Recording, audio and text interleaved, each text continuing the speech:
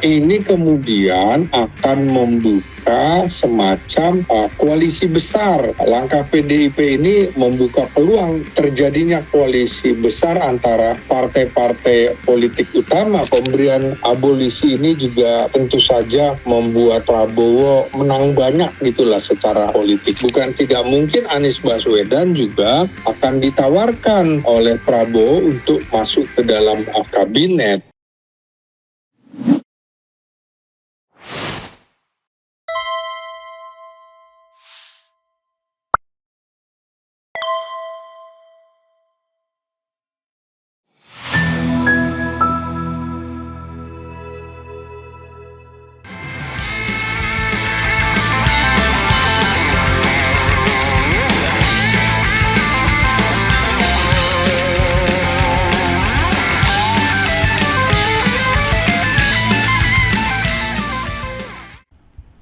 Assalamualaikum warahmatullahi wabarakatuh, sobat RH sekalian. Jumpa lagi kita di channel yang keren ini, keren cadas. Bro, saya mau bertanya mengenai Tom Lembong dan Hasto. Kita tahu Tom Lembong dan Hasto mendapatkan abolisi untuk Tom Lembong dan amnesti untuk Hasto. Pertanyaan saya adalah, apa komentar umum Anda dulu sebelum saya mau going into detail nantinya? Silakan. Ya, tentu saja amnesti dan abolisi ini menunjukkan bahwa presiden sebagai kepala negara bukan hanya memiliki fungsi eksekutif saja, tapi juga sekaligus punya fungsi legislatif dan yudikatif. Legislatif bersama DPR membuat undang-undang, bersama DPR juga meminta pertimbangan DPR untuk abolisi dan amnesti, dan tentu saja ini peristiwa di mana fungsi presiden sebagai yudikatif dimainkan betul-betul. Karena ini kewenangan politik hukum, karena di situ baik amnesti, abolisi, rehabilitasi dan gerasi itu terkait dengan bidang hukum. Jadi betul-betul presiden itu kekuasaannya tidak tak terbatas, kira-kira seperti itu. Lalu tentu saja ini sebuah peristiwa politik dan umumnya dilakukan oleh presiden-presiden kita terdahulu pernah melakukannya. Presiden Soekarno amnesti terhadap para yang disebut dalam tanda petik pemberontak, dari mulai PRRI Pormesta, kemudian DITII, itu juga diberikan maaf, termasuk kasus Kahar Muzakar. Nah, ini Presiden Soeharto juga mengeluarkan hal itu, terutama kepada tokoh-tokoh yang juga terkait dengan politik. Waktu itu adalah tokoh-tokoh Fretilin, Timur itu diberikan amnesti oleh Presiden Prabowo Subianto. Begitu juga Presiden Habibie memberikan amnesti kepada tokoh-tokoh yang dulu dianggap berseberangan dengan pemerintahan rejim Orde Baru Soeharto. Lalu Gus Dur juga memberikan amnesti, termasuk kepada Ketua Umum PRD Budiman Sujatmiko, gitu ya. Lalu kalau Megawati belum sempat, rencananya akan memberikan abolisi waktu itu kepada mantan Presiden Soeharto, tapi tidak terwujud karena Presiden Soeharto sakit, kan? Mantan Presiden Soeharto sakit, sehingga tidak bisa dilanjutkan proses hukumnya. Begitu juga SBY akan melakukan abolisi terhadap mantan Presiden Soeharto dalam kasus yang sama, 7 yayasan itu yang diduga dilakukan oleh Pak Harto, itu batal juga karena Pak Harto sakit. Lalu SBY juga memberikan amnesti buat tokoh-tokoh GAM yang ada di luar negeri ya.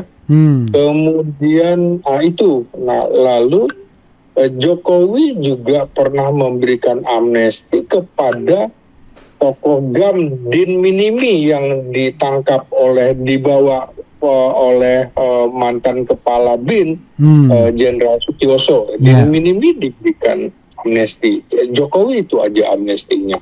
Jadi hampir semua presiden memberikan hak, menggunakan haknya memberikan amnesti. Tapi kalau abolisi ini memang jarang sekali dalam kasus seperti Tom Lembong ini.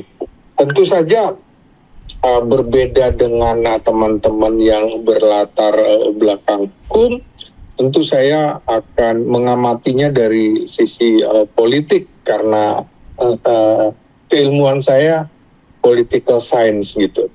Jadi menurut saya abolisi dan amnesti ini tidak bisa dilepaskan dari setidaknya 4 atau 5 poin. Pertama, sudah pasti ini adalah konsolidasi kekuasaan yang dilakukan Presiden Prabowo Subianto. Jadi pemberian abolisi dan amnesti ini digunakan sebagai alat untuk konsolidasi kekuasaan dan memperkuat posisi politiknya. Jadi ini justru merangkul pihak-pihak yang dalam tanda petik melakukan oposisi terhadap dirinya, itu dirangkul dalam pengertian kan PDIP tidak bergabung di dalam kekuasaan pemerintahan Prabowo Subianto. Kemudian juga kebetulan Tom Lembong itu bagian dari timnya Anies Baswedan pada Pilpres 2024 lalu, yang juga merupakan lawan politik dalam kontestasi. Begitu juga Hasto adalah bagian dari PDIP yang mendukung Ganjar Pranowo dan Mahfud MD. Jadi itu betul-betul konsolidasi kekuasaan terhadap pihak yang dulu berseberangan pada kontestasi Pilpres 2024. Nah, yang kedua tentu saja ini merupakan strategi politik. Strategi politik untuk memenangkan dukungan dari kelompok tertentu atau sekaligus juga untuk memperluas basis dukungan. Jadi yang semula kubu yang mendukung Anies itu berseberangan di sini, kemudian dengan strategi politik membuat keputusan amnesti dan abolisi, itu justru akan mendapatkan simpati dan dukungan semakin luas dari kelompok yang pro Anies dan juga pro Anies Caimin dan juga pro Ganjar Mahfud MD. Nah, ketiga tentu saja ini kebijakan ini adalah kebijakan rekonsiliasi. Kalau rekonsiliasi tentu saja ini menjadi bagian dari upaya memulihkan hubungan antara pemerintah dan kelompok tertentu. Jadi supaya tidak ada dendam-dendam begitu ya. Dan yang keempat tentu saja ini sebuah pemberian maaf kepada individu atau pihak-pihak yang melakukan kesalahan atau pelanggaran. Nah ini menurut saya juga sekaligus sebenarnya dalam tanda petik supaya memaafkan gitu loh, bahwa saya selama memerintah sejak Oktober 2024 hingga sekarang setelah 10 bulan itu belum bisa melakukan apa-apa karena ini prosesnya memang sejak di era ujung pemerintahan Jokowi. Jadi sekaligus saling memaafkan, kira-kira Prabowo membiarkan kasus ini memang tidak bisa dilepaskan dari nuansa politik. Mengapa nuansa politik? Ya karena kalau dalam kasus Tom Lembong itu, kalau kita belajar dasar-dasar hukum, Kan tidak ada niat jahat yang tercermin dari perilakunya, bahkan bisa dibilang termasuk yang paling rendah apa yang telah dilakukan jumlah untuk melakukan impor gula itu dibanding dengan menteri-menteri perdagangan sebelum dan setelah Tom Lembong. Jadi bahkan tidak ada kerugian negara dan malah terjadi keuntungan terhadap negara. Kalau kasus Tom Lembong, saya kira para akademisi juga mendukung. Ya, berbeda dalam kasus Hasto yang memang sudah dibuka oleh KPK, dia terbukti memberikan suap begitu ya. Kalau perintangannya kan dianggap tidak terbukti. Tapi kenapa ini politis? Karena seharusnya peristiwa ini adalah peristiwa 5 tahun yang lalu gitu ya. Pada saat PDIP dan Jokowi masih dalam bulan madu kekuasaan. Nah, tapi kan setelah pecah kongsi, barulah Hasto dinyatakan sebagai tersangka. Jadi memang ada ketidakadilan karena juga banyak kasus yang lebih besar yang dilakukan lebih dari Hasto tapi dibiarkan, terutama menteri-menteri yang masuk di dalam pemerintahan Jokowi dan itu tersandra. Jadi nuansa politisnya dalam kasus ini, politisasi hukumnya besar sekali. Kira-kira begitu. Tentu saja yang kelima, ini keputusan kontroversi yang bisa menimbulkan kritik juga dari masyarakat karena dianggap tidak adil atau tidak sesuai dengan prinsip keadilan. Kalau bukan seorang Tom Lembong yang mendapatkan dukungan banyak dari masyarakat, termasuk kalangan akademisi, mungkin tidak seperti ini juga dia akan mendapatkan hadiah. Beda dengan orang yang tidak terkenal, tidak dikenal, tidak punya peran.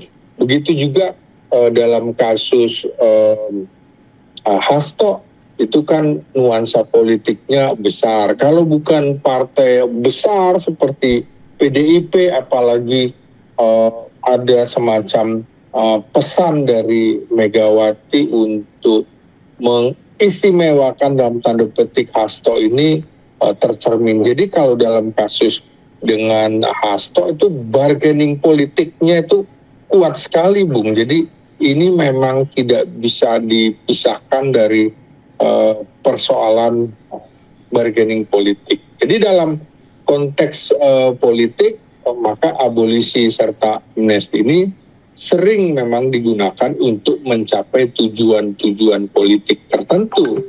Seperti tadi saya bilang, memperkuat posisi politik, memenangkan dukungan dari massa, kemudian memulihkan hubungan dengan kelompok tertentu. Namun itu tadi tetap saja menimbulkan kontroversi dan kritik jika dilakukan tidak dengan transparan dan adil, karena tidak dicantumkan alasannya apa gitu. Kan kita tidak pernah menerima informasi dari istana apa alasannya, tidak ada transparansi dan juga rasa keadilan. Kira-kira itu yang ditunggu oleh masyarakat dan kita tidak pernah melihat draftnya itu, Bung Refli, begitu kan? Iya.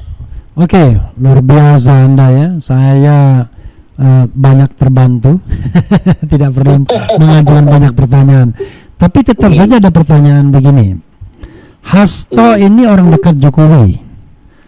Tom Lembong juga pernah jadi orang dekat Jokowi. Iya. Mereka ini bisa dibilang dulu orang kepercayaan Jokowi nomor 1 kan. Jadi karena Hasto sekjen, ke Tom Lembong kepala BKPM dan Menteri Perdagangan. Tapi tiba-tiba seperti ada kode sama-sama dituntut 7 tahun. Orang bilang oleh presiden yang ke-7 kan begitu.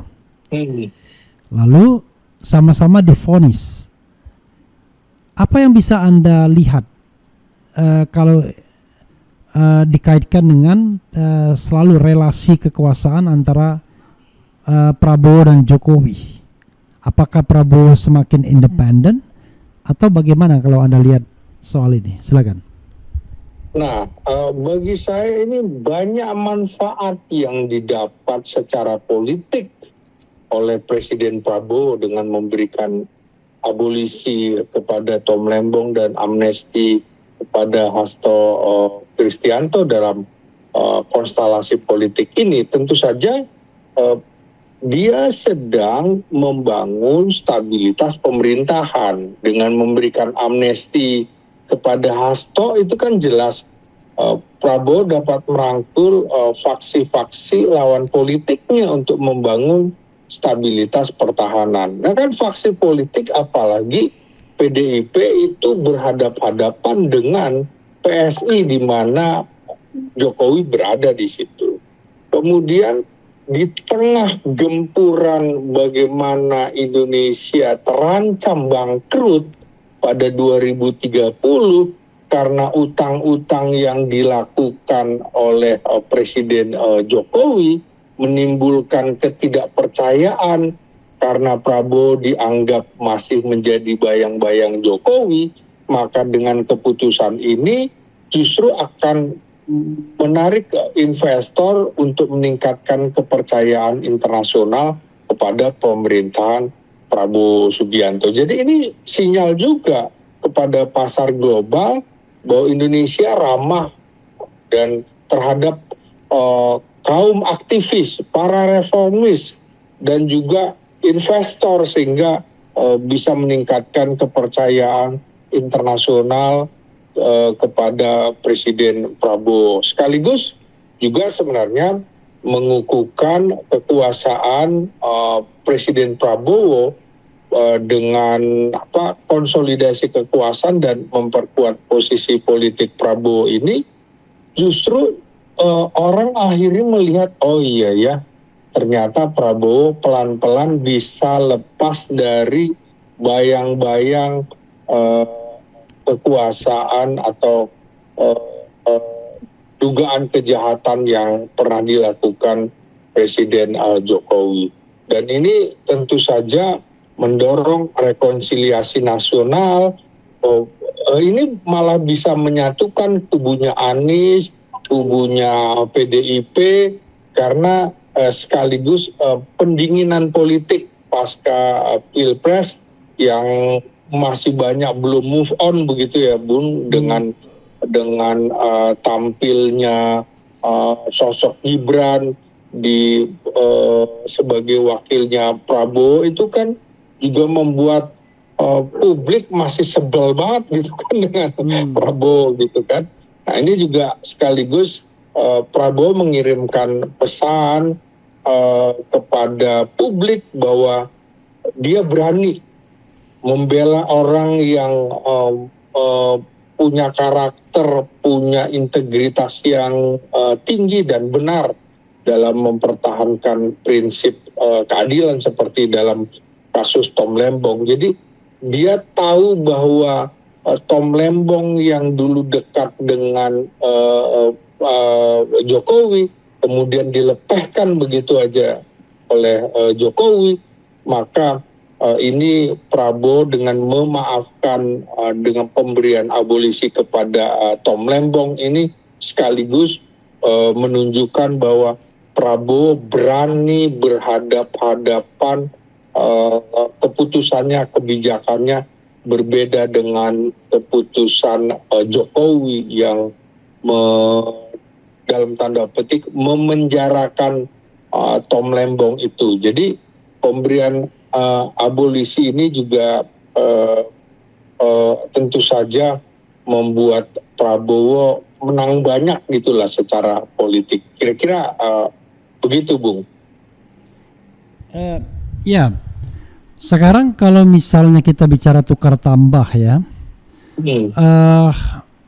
misalnya bahwa ada kesepakatan Megawati atau PDIP masuk ke dalam kabinet. atau barangkali dia jangka pendek tidak diganggu kepemimpinan PDIP, artinya partai PDIP ini tidak dicopet, kan begitu? Karena kalau dicopet tiba-tiba Kumhamnya menyetujui yang baru yang nyopet, kan malah partai ini menjadi ribut. Dan ini kan smooth semua. Hasto bebas, kemudian Kongres PDIP kemudian smooth, ya kan?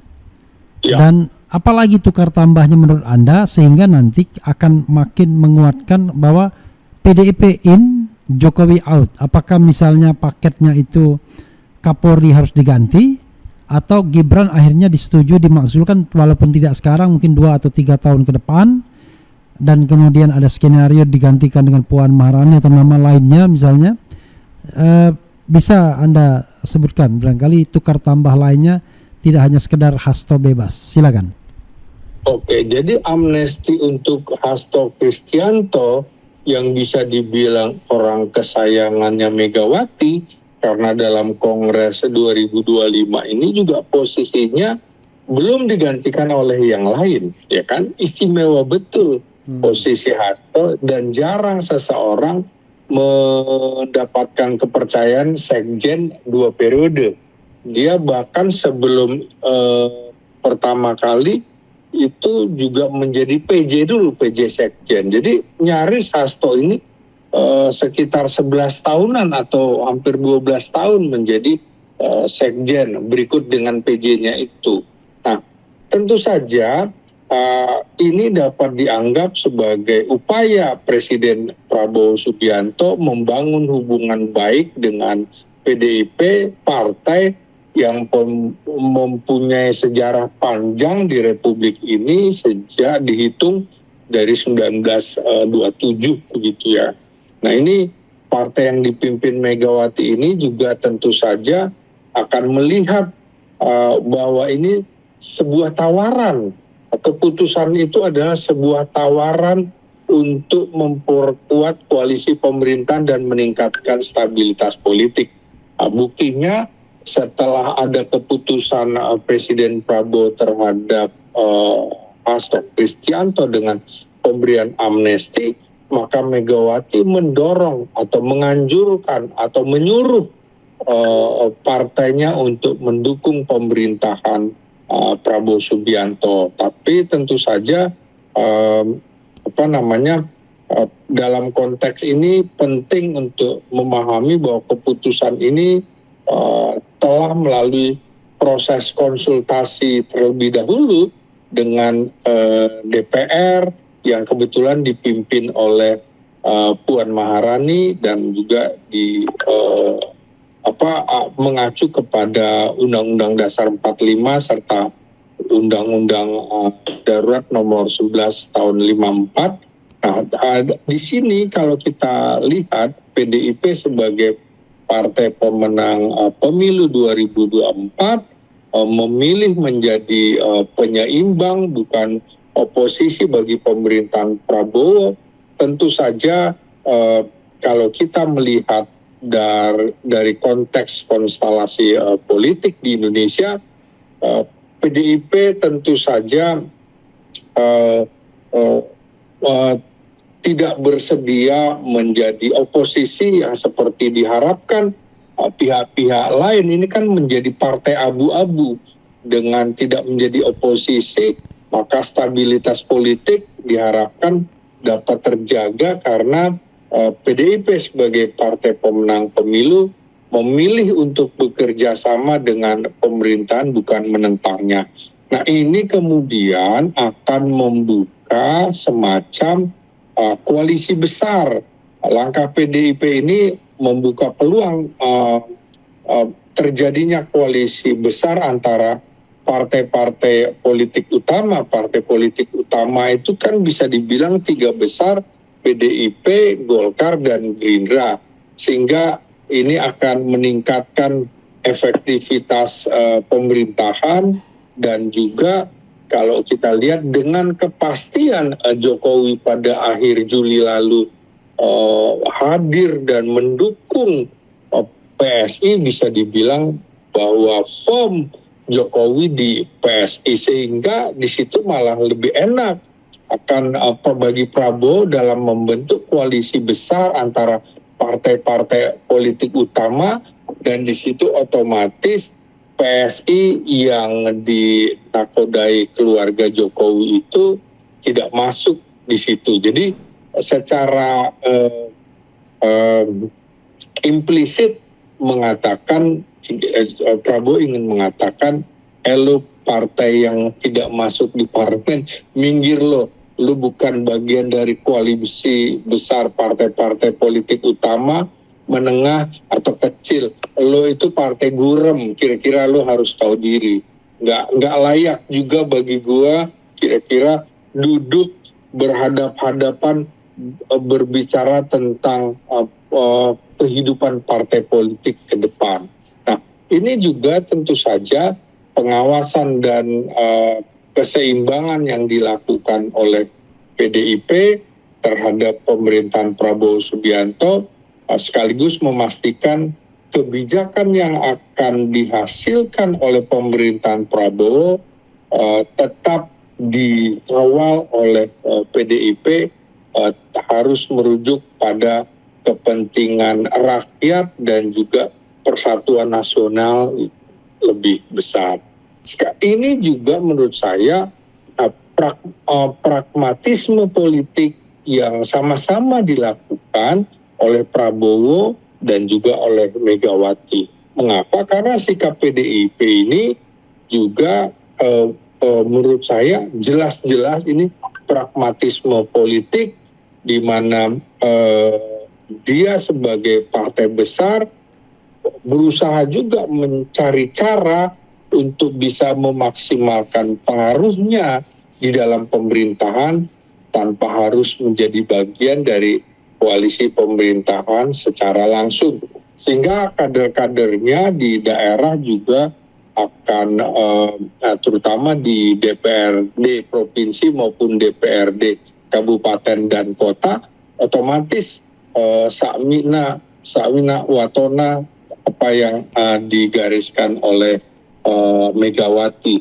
Nah, tentu saja ini juga akan ada dinamika koalisi dan hubungan antar partai tetap dapat berubah tergantung pada kebijakan dan kepentingan masing-masing partai setelah PDIP itu selesai berkongres. Jadi kita akan menunggu nih, apakah kemudian nantinya PDIP betul-betul akan mendukung keputusan pemerintahan Prabowo Subianto, termasuk ini kan sudah ada kepastian, Hasto sudah nasibnya sudah jelas gitu. Nah, sehingga dalam jangka panjang peran PDIP itu menjadi sangat signifikan, terutama di parlemen, apabila memang usulan tentang pemakzulan Gibran yang Anda tanyakan kepada saya itu berlanjut. Nah, disinilah kira-kira Prabowo juga bisa meminta kembali, gue udah kasih ke lo kasih juga ke gue, kan kira-kira begitu. Take and give dalam politiknya harus juga muncul supaya pemerintahan ini stabil dan efektif, begitu Bu. Iya, ini pertanyaan terakhir sebelum Anda wrap up dan closing statement ya. Bagaimana dengan Anies dan pendukungnya? Tadi kan analisis Anda mengarah kepada kemungkinan PDIP masuk dalam koalisi. Bagaimana Anies? Apakah ada sebuah urgensi untuk merangkul Anies dan para pendukungnya dalam pemerintahan Prabowo juga? Atau sebaliknya barangkali bukan saatnya karena dia juga tidak memiliki kekuatan yang real, bahkan lebih real Jokowi dengan PSI-nya ketimbang Anies dengan gerakan rakyatnya yang belum jadi partai politik. Silakan Bung. Iya, tentu saja keputusan Presiden Prabowo ini berdampak luar biasa, menunjukkan keberanian, dan kubu Anies yang sebelumnya juga marah kepada Presiden Prabowo, tapi dengan pembelaan Prabowo yang terang-terangan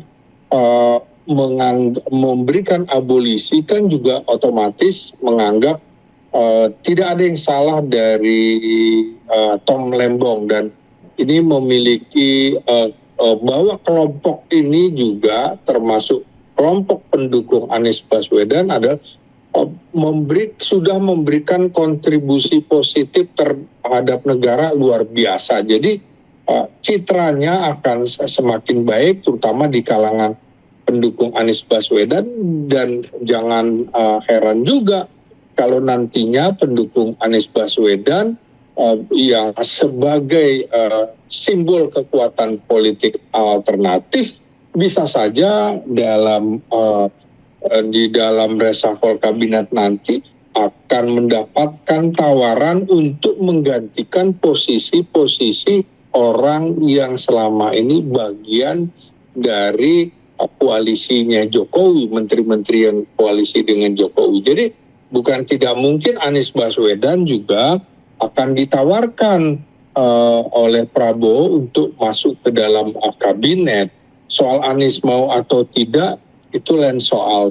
Paling tidak kan Prabowo jelas dalam kasus ini menunjukkan bahwa dia seperti Nelson Mandela mengutamakan persatuan kesatuan bangsa. Ya, lupakanlah kontestasi pilpres, Anda bisa masuk di dalam pemerintahan, sama-sama mengelola pemerintahan dan kenegaraan. Ini justru sekaligus memotong pengaruh kuat Jokowi perlahan-lahan. Walaupun memang kita tidak bisa berharap terlalu banyak bahwa kelompok pendukung Jokowi akan dienyahkan begitu saja. Enggak. Prabowo tentu akan menyatukan, ini rekonsiliasi nasional yang juga akan dilakukan. Maka dalam kasus dugaan ijazah palsu juga publik sesungguhnya menginginkan bahwa pengadilan itu harus transparan. Kalaupun Jokowi bersalah, nanti bisa diberikan semacam abolisi atau amnesti. Dan terakhir tentu saja sebagai closing statement, saya ingin mengatakan bahwa tentu pragmatisme politik itu masih begitu menonjol di dalam dinamika politik di Indonesia, di mana partai-partai politik juga mencari dengan jalan berbagai cara untuk memaksimalkan pengaruhnya di dalam pemerintahan, dan tetap semuanya ingin menjadi bagian dari koalisi pemerintahan secara langsung. Dan pola ini kan sebenarnya Golkar yang selalu memberi contoh. Jadi partai politik itu alat untuk mencapai kekuasaan. Jadi apapun ya dia harus masuk di dalam pemerintahan. Jadi kira-kira seperti itu, Bung. Dengan pengaruh Jokowi menurut saya juga perlahan-lahan akan tergerus, karena keseimbangan yang dilakukan oleh PDIP itu secara implisit sebenarnya menawarkan diri untuk masuk di dalam pemerintahan, tapi dengan bahasa yang kira-kira ya bahasa politis lah. Nah, sementara posisi PSI menurut saya juga harus menyesuaikan, mau tidak mau harus menyesuaikan dengan dinamika politik yang terbaru ini. Dan kita tahu bahwa PDIP tentu akan memiliki posisi yang semakin kuat di dalam pemerintahan Prabowo Subianto, sehingga posisi penyeimbang PDIP ini diharapkan juga bukan hanya untuk tujuan kekuasaan belaka, tapi untuk ikut bermain di dalam memajukan persatuan dan kesatuan nasional dan menciptakan pemerintahan yang lebih stabil dan efektif untuk kepentingan rakyat. Itu harus menjadi prioritas, seperti juga yang dikemukakan oleh Ketua Umum PDIP dalam penutupan kongresnya. Begitu, Bung Refli Harun. Luar biasa Anda ya, seperti saya mendengarkan pemaparan makalah yang sudah Anda siapkan. Ini SKS 3 SKS ya. Oke, tapi saya ingin hal-hal yang barangkali Anda jawab dengan 1-2 kalimat saja, biar ibarat pertandingan tinjunya itu ada pukulan-pukulan telak yang bisa Anda sebutkan. Kalau misalnya pertanyaannya trivia saja, iya, tidak, atau untung atau tidak. Menurut Anda, ya, siapa yang paling diuntungkan dengan pemberian abolisi ini? Dari politik ini. Kubu Prabowo, kubu Anies Baswedan, atau bagaimana? Kubunya Presiden Prabowo Subianto. Itu yang paling diuntungkan. Oke. Dia yang paling diuntungkan. Mana yang diuntungkan dalam pemberian amnesti kepada Hasto Kristianto? Lagi-lagi Presiden Prabowo yang paling diuntungkan. Kubu mana yang paling tidak diuntungkan dalam pemberian baik abolisi maupun amnesti? Justru kubu mantan Presiden Jokowi itu.